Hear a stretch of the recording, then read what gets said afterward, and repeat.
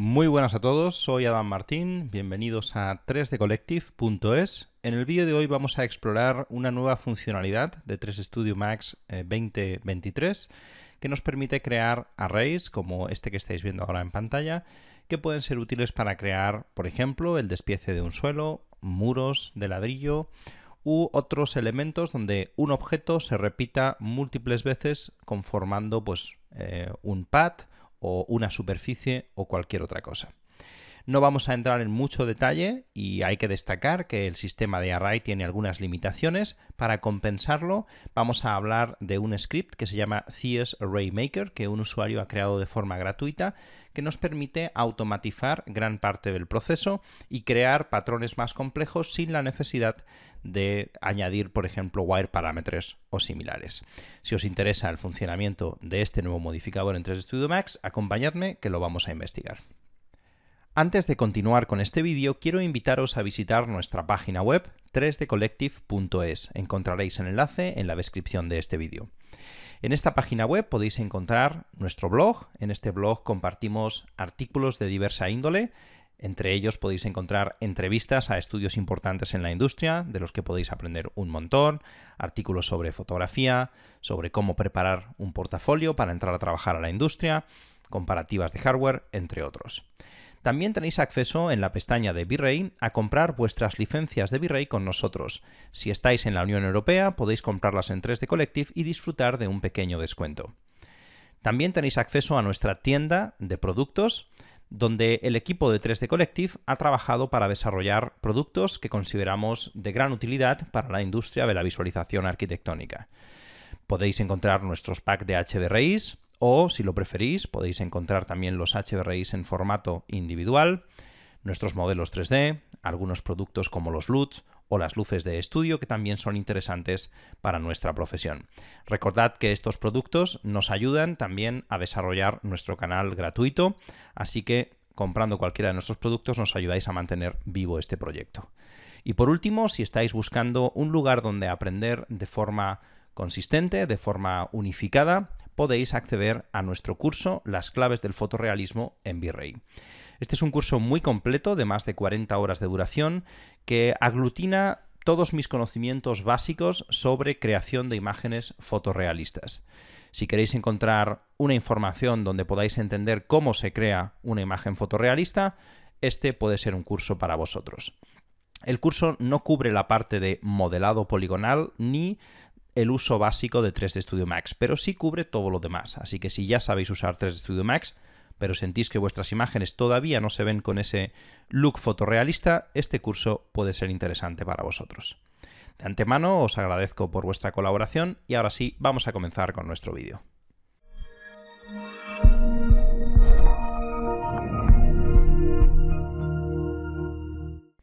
Vamos a explorar únicamente las opciones más básicas de esta herramienta. Aquellos que tengáis conocimientos avanzados de 3D Studio Max probablemente podréis sacarle mucho jugo al array y podréis combinarlo con scripting o con Max Creation Graph o con un poco de wire parameters o parameter holder y cosas por el estilo, y podréis crear probablemente cosas más complejas.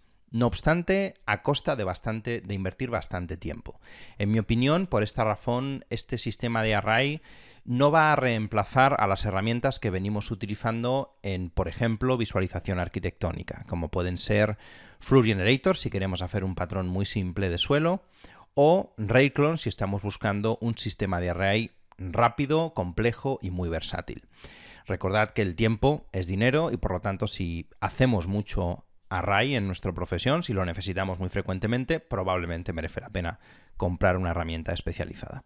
No obstante, vamos a ver qué opciones nos ofrece, las más básicas dentro de 3D Studio Max, este nuevo sistema de array de la versión 2023. Para añadirlo, primero necesitamos crear una geometría. Esta sería, por ejemplo, imaginaros que es un ladrillo y que lo quiero distribuir de forma compleja sobre una superficie o crear una pared con él o lo que sea. Y aquí es donde usamos el modificador array. Lo bueno que tiene que esto sea un modificador es que nos da la versatilidad de los modificadores. Si yo decido, por ejemplo, que de repente no quiero que este ladrillo sea así y cambio de opinión y le quiero meter un chamfer, pues puedo venir aquí y en cualquier momento hacer una edición sobre mi geometría y se aplica a al array. Vamos a quitar el chamfer de momento porque no lo necesitamos. El array tiene primero un patrón de distribución que nos indica cómo se va a generar estas copias. Por defecto viene en grid y en relative offset, que en mi opinión es una de las opciones más prácticas cuando queremos crear un array plano sin ningún tipo de restricción. ¿Cómo funciona esto? Pues simplemente le decimos cuántas copias queremos en cada uno de los ejes. En el eje X, en el eje Y y en el eje Z. Y esto nos permite crear, como veis, un array, una matriz de cajas. Tengo la posibilidad de ponerle, por ejemplo, un espaciado, si quiero. Le puedo decir, mira, quiero 1 centímetro y 1 centímetro, y esto me va a dar pues un espacio exactamente de 1 centímetro entre ladrillo y ladrillo.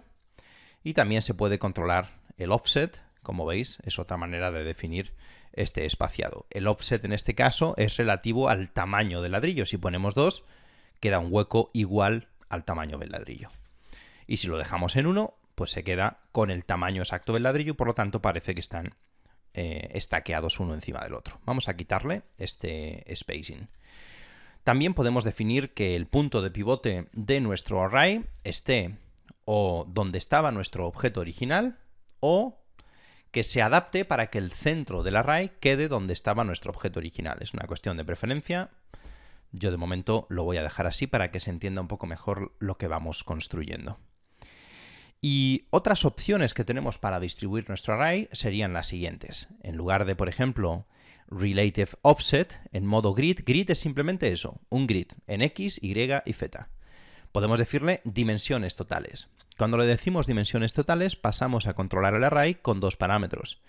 ¿Cuántas copias queremos en un espacio determinado? Por ejemplo, si yo le digo aquí, quiero que en 500 centímetros tenga 11 copias. Pues él me hace 500 centímetros y me crea 11 copias. Puedo darle más o menos copias para conseguir lo que yo quiero. Obviamente, si estoy buscando que los ladrillos estén perfectamente alineados, es mucho mejor la opción anterior. Pero bueno, os muestro diferentes opciones para que veáis cómo funcionan.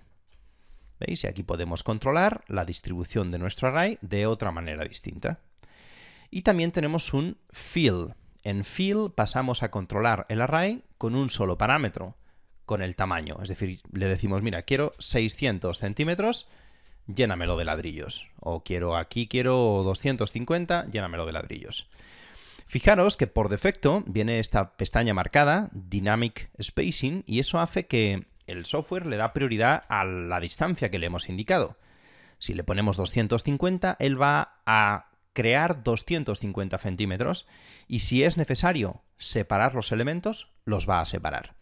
Si no queremos que haga esto, podemos desactivar esta pestaña y entonces él va a ponerlos juntitos, pero ya no tendremos 250, igual tenemos 240 centímetros. Dependiendo de cada caso, preferiremos una opción o la otra. En mi opinión, para el caso que nos ocupa ahora mismo, lo más interesante sería este offset relativo que nos permite controlar con una cantidad nuestro array. Luego tenemos una distribución del tipo radial, que yo creo que también es bastante simple de entender. Le definimos una cantidad de copias y un radio. Por ejemplo, aquí podríamos hacer algo así como pues un pozo o algo similar, ¿no? Vamos a darle un poquito más de radio para tener más copias y para que no quede tanto hueco. Y aquí podríamos, por ejemplo, pues hacer un pequeño pozo. Ahora más abajo, en las opciones, veremos cómo podemos desfasar algunas de las filas. Y aparte de radial, también tenemos spline, en el caso de que prefiramos distribuir nuestra pared de ladrillos sobre una spline. Voy a crear aquí una spline cualquiera, esta de aquí. Y en nuestro array le vamos a decir spline y nos pide que seleccionemos nuestra spline. Vamos a seleccionar esta spline. Y como veis, lo que va a hacer es distribuir las copias, las que nosotros le indiquemos, a lo largo de esa spline. Si queremos, podemos mantener la orientación para que no se roten, para que no sigan la trayectoria de la spline. Lo mismo, podemos centrarlos. También podemos activar nuestro Dynamic Spacing, como veíamos en la opción anterior, y esto va a hacer que siempre tengamos uno al final y uno al principio, y por lo tanto, pues aquí vamos a definir cuántas copias intermedias hay. Vamos a quitarle quizás estas de aquí, que son un poco molestas. Y también tenemos la opción en nuestra spline de decirle la opción de fill.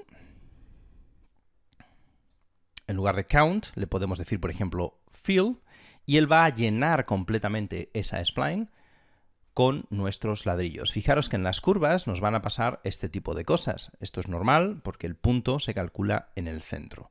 Y aquí es donde quizás tenemos que empezar a jugar con el espaciado para generar patrones más complejos.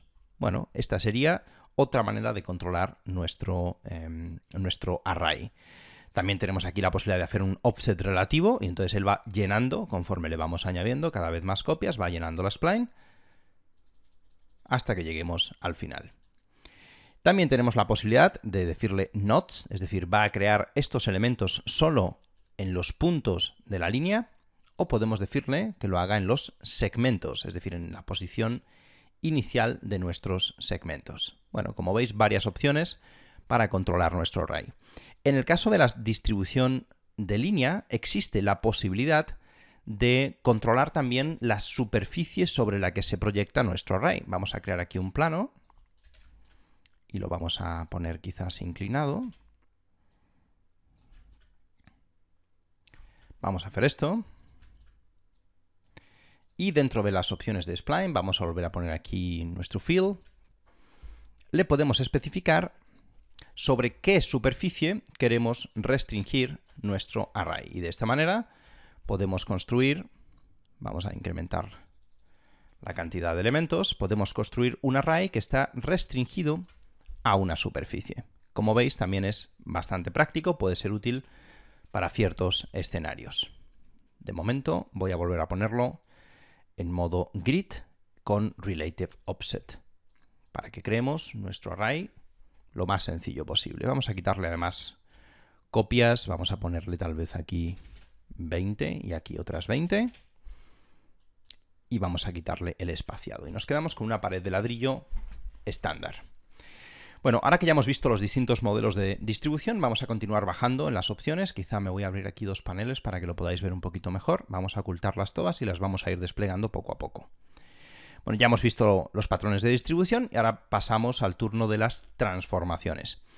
Las transformaciones nos van a permitir hacer transformaciones sobre los diferentes elementos de nuestro array. Por ejemplo, si marcamos todo, es decir, queremos transformar todos los elementos en X, ¿qué va a pasar? Pues que todo el array se va a desplazar en X, o en Y, o en Z. No tiene mucho sentido porque esto lo podríamos hacer directamente con el gizmo de transformación. Pero tenemos nuevas opciones. Podemos decirle que la transformación sea incremental. Esto quiere decir que conforme vayamos avanzando en la posición del array, cada vez tendremos más desplazamiento en X. El array se construye así, es decir, serían en esta fila, luego la de arriba, y por eso veréis que hay cada vez más desplazamiento de arriba abajo y también veremos que cada vez habrá un poco más de desplazamiento en nuestro array. También podemos hacer lo mismo para Y. Aquí se entiende quizás un poquito mejor el orden, ¿veis? Se produce desplazamiento en este eje y también en el otro eje. Lo cual no es ideal. Si quisiéramos crear una escalera, tendríamos que buscar otra alternativa para hacer esto. Y también tenemos alternating, que es muy interesante para el caso que nos ocupa. Podríamos definirle, por ejemplo, pues que nuestros ladrillos, una columna sí, una columna no, o una fila sí, una fila no, estén desplazados, por ejemplo, 15 centímetros. Podemos hacer lo mismo en Z, podemos hacer lo mismo en Y. Pero en este caso me parece que lo razonable sería hacerlo solamente en X. También tenemos by axis. En este caso lo que vamos a hacer es que en uno de los ejes vamos a hacer la transformación. Veis que ya no se espacian nuestros elementos, solamente las columnas o las filas. Y en este caso pues podemos hacer quizás, no sé, si en lugar de hacer un ladrillo que se distribuye al 50%, lo queremos al 25%, pues quizás esta sería una manera de hacerlo. También tenemos aquí Incremental by Axis. Nos permite hacer lo mismo que antes, pero ahora incrementa la cantidad en uno de los ejes, que puede ser X, o puede ser, vamos a ponerlo aquí y no tenemos nada, vamos a ponerlo en Z para que veáis a lo que me refiero. ¿Veis? Conforme vamos moviéndonos en Z, cada vez tenemos un desplazamiento mayor.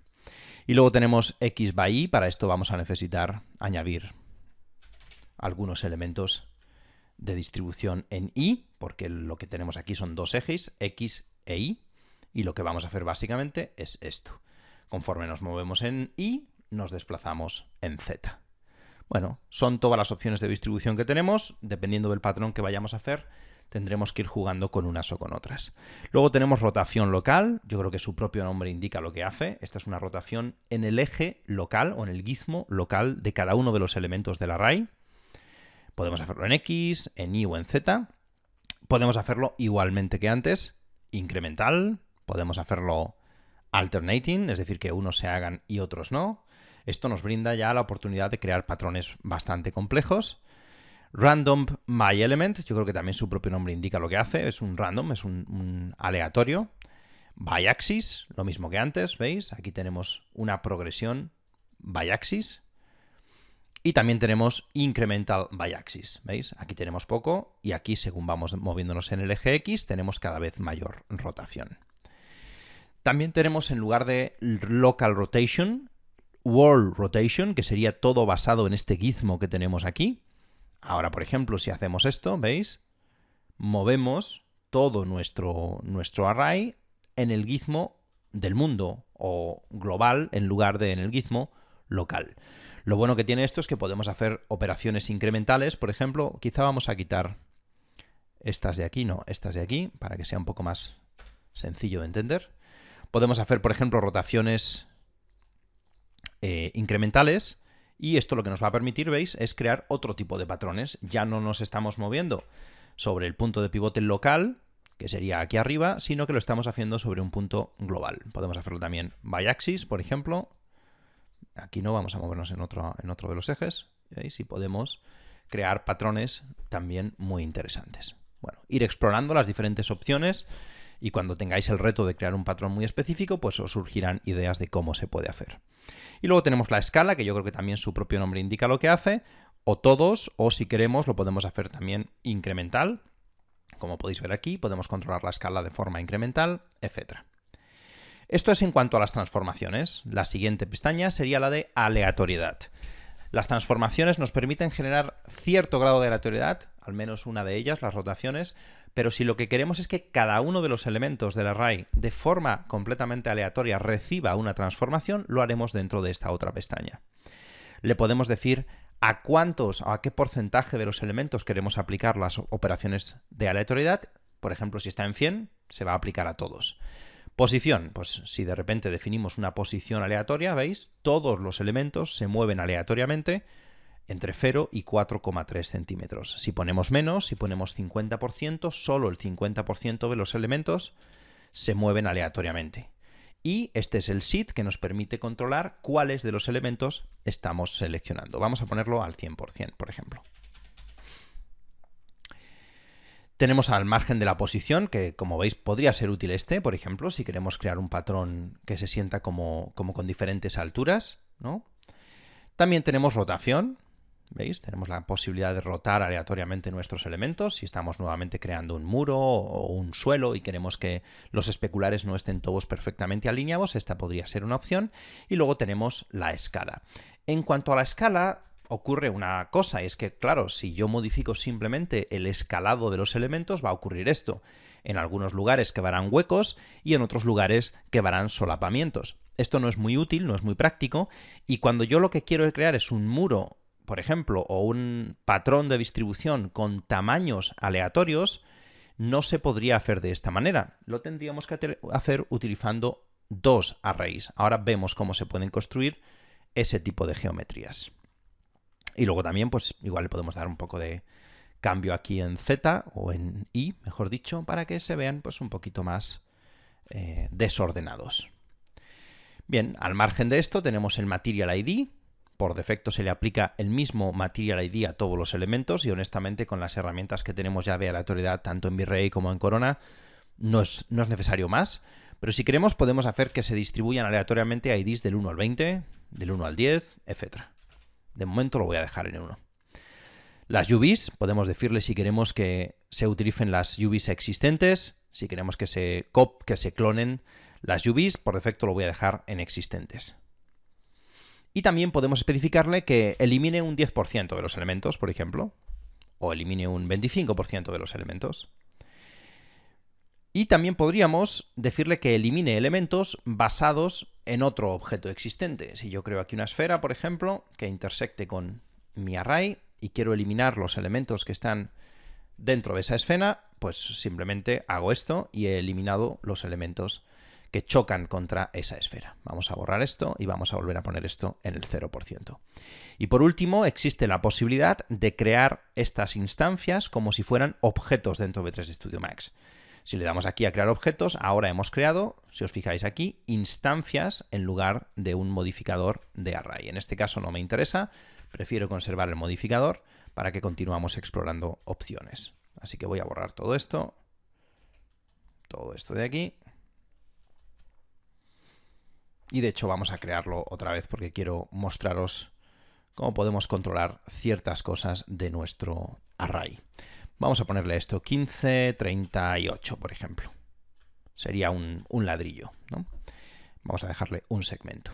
Imaginaros, por ejemplo, para hacer ciertas cosas podemos llegar a necesitar más de un array. Vamos a ver el caso que os he puesto antes de hacer una escalera. Hemos visto que si hacíamos una escalera y veníamos aquí a las operaciones de transformación y le dábamos a Incremental, por ejemplo, y queríamos desplazar esto en el eje Y, nos ocurría esto. Esto no es una escalera al uso, ¿no? Sino que tiene dos desfases. Lo que sí que podemos hacer aquí es, en lugar de esto, podemos crear un array, por ejemplo, con los peldaños que queremos que tenga nuestra escalera. Vamos a darle una cosa así. Y si luego queremos que estos peldaños se repitan, entonces usaríamos otro array encima de este. Y esto nos permite controlar este proceso. Lo interesante aquí es que siempre podemos, en cualquier momento, poner, por ejemplo, un chamfer o cambiar el tamaño, por ejemplo. ¿Veis? Aquí podemos cambiar el tamaño de nuestros elementos sin ningún problema. Y como estamos utilizando nuestro grid con Relative Offset, todo se va adaptando progresivamente. Vamos a meterle aquí en el chamfer un suavizado un poco más correcto. ¿Veis? Y esta sería otra cosa que podemos hacer utilizando múltiples arrays. Otra situación donde podemos necesitar crear más de un array es un caso donde estemos buscando, por ejemplo, que las piezas, que los ladrillos, sean de tamaños aleatorios. Si metemos aquí un array, por ejemplo, y vamos a hacer en este caso que estén todos los elementos unos encima de otros, así que lo que vamos a hacer aquí es que le vamos a pedir, por ejemplo, que lo haga en Total Dimension y lo vamos a dejar aquí en 0 y en 0, es decir, ahora están todas las piezas, las 5 piezas, o podemos ponerle 10, una encima de la otra. Pero tenemos la posibilidad de venirnos aquí a la Random y decirle una escala, por ejemplo, vamos a dar una escala aleatoria en X, que sea de hasta el 50%. Y esto nos crea, si os fijáis, 10 copias del elemento, una encima de la otra, de tamaños variables. Y ahora podemos añadir un segundo array y tenemos aquí una opción dentro de nuestro array que si lo marcamos, si marcamos aquí Array by Elements y lo ponemos en modo Fill, ahora tenemos que trabajar de otra manera, vamos a poner aquí 500 y por ejemplo aquí le vamos a poner también 500. Le desactivamos nuestro Dynamic Spacing y marcamos esta casilla de aquí. Ahora sí que tenemos la posibilidad de crear una distribución aleatoria o de tamaños aleatorios. Lo interesante nuevamente es que al tratarse de un sistema de capas, podemos, por ejemplo, cambiar de opinión y decir, no, quiero más agresivo este cambio, ¿no? Hasta un 80% de variación en el tamaño de mis piedras, ¿no? O un 10% nada más, quiero que sea muy sutil. Y tenemos esta posibilidad de volver atrás en cualquier momento. Y ahora aquí podríamos, por ejemplo, venirnos a los randoms y podríamos definirle una posición aleatoria, por ejemplo, en Y, ¿no? Para que las piedras estén unas más salidas que otras. Incluso podríamos definirle una rotación aleatoria en, no sé, 1 grado, tal vez. Una cosa así, para que sean pues como un muro de piedras un poco más aleatorio. Si cambiamos de opinión, podemos venir aquí a la caja y en cualquier momento podemos editar las propiedades de nuestra caja. Vamos a ponerle mayor tamaño, menor tamaño y todo se va actualizando progresivamente. Vamos a ponerle aquí, vamos a ponerle 25, por ejemplo, para que sean más altas, ¿veis? Y esto nos da la posibilidad de crear un array bastante editable de forma no destructiva. En cualquier momento podemos venir a editar estas opciones para conseguir exactamente lo que nosotros estamos buscando. Por último, vamos a ver una funcionalidad que podría llegar a ser interesante. Ya he cubierto cómo funcionan Wire Parameters en alguno de mis vídeos del canal, pero vamos a ver cuál sería la aplicación para hacer este tipo de cosas. Y para finalizar el vídeo vamos a ver un script gratuito que ha compartido un usuario que se llama CS Array Maker, que automatiza gran parte de estos procedimientos que os voy a mostrar ahora. Bien, lo primero que vamos a hacer aquí quizás es definir un tamaño más razonable. Vamos a ponerle aquí 30, le voy a dar un poco más de grosor. Imaginaros que este es nuestro ladrillo y nosotros metemos aquí un array. Y vamos a hacer una pared de ladrillo. Vamos a ponerle 10 por 20 tal vez. Y queremos que el desfase de nuestro ladrillo sea al 50% siempre. Si estamos usando 30 centímetros, tendríamos que venirnos aquí a nuestro array. Dentro de, recordad, posición, le vamos a decir alternating y le vamos a poner aquí la mitad, que serían 15. Bueno, esta sería nuestra pared de ladrillo. ¿Cuál es el problema que tenemos aquí? Que si yo ahora cambio de opinión y de repente digo, no, quiero que estos sean de 40 centímetros. El array no se actualiza, es decir, estos 15 centímetros siguen siendo 15 centímetros. Como ya os mostré en otro vídeo, lo que podemos hacer es vincular ambos parámetros. Podemos decirle al programa que esto siempre sea este parámetro dividido entre 2, por ejemplo. Esto se puede hacer de varias maneras. Una es, si le damos aquí botón derecho, por ejemplo, podemos irnos al Track View. Para aquellos de vosotros que no estéis familiarizados, aquí vemos todas las claves, todas las expresiones que hayamos añadido dentro de 3D Studio Max, las animaciones, etc. Cuando hacemos eso, nos aparece seleccionada el parámetro que estamos interesados en modificar, que son estos 15 centímetros. Y aquí lo que podemos hacer ahora es asignarle un controlador y podríamos asignarle una expresión, por ejemplo. Normalmente las expresiones yo creo que son más útiles para cuestiones más complejas, pero como nunca lo hemos visto en el canal, os lo muestro brevemente. Y luego lo hacemos con Wire Parameters, que yo creo que es lo que en este caso sería más sensato porque es lo más sencillo. Lo que podemos hacer aquí, por ejemplo, es crear una variable y definir esta expresión como esa variable dividido entre 2, por ejemplo. Digo que es más útil cuando son expresiones un poco más complejas porque podemos hacer operaciones un poco más complejas. Para dividir el tamaño del ladrillo entre 2, con Wire Parameters es suficiente.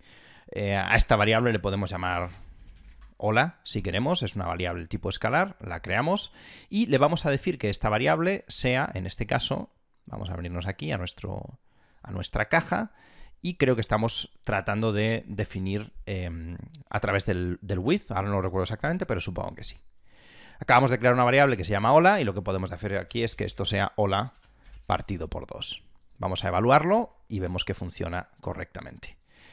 Y ahora si nos vamos a nuestra caja y le cambiamos este parámetro, le ponemos 100, pues automáticamente en nuestro array esa variable se debe ver actualizado y debe de valer 50.